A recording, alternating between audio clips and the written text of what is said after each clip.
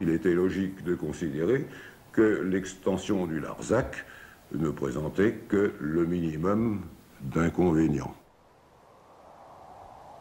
Il y a quand même quelques paysans, pas beaucoup, qui élevaient vaguement quelques moutons et qu'il est nécessaire d'exproprier.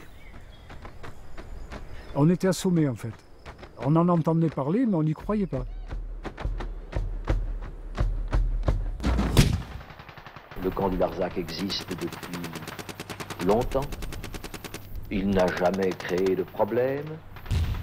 Il est nécessaire de l'étendre. On répondait à une agression. On ne faisait pas des actions pour faire des actions. On faisait des actions parce qu'eux aussi nous harcelaient sans arrêt.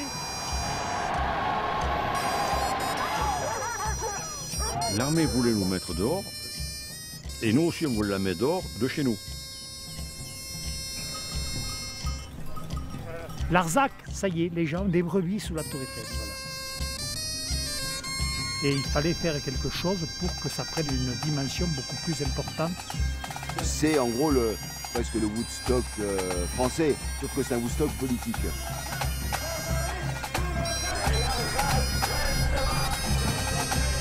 Moi j'ai dit, écoutez, on est monté à Paris en tracteur, on y est monté avec des brebis, dedans il ne nous reste plus qu'à y monter à pied. On avait décidé à l'arrivée à Paris qu'il n'y aurait pas un slogan, qu'on n'entendrait que les bâtons. On ne s'est pas battu pendant 10 ans pour voir partir un voisin. On a fait une famille.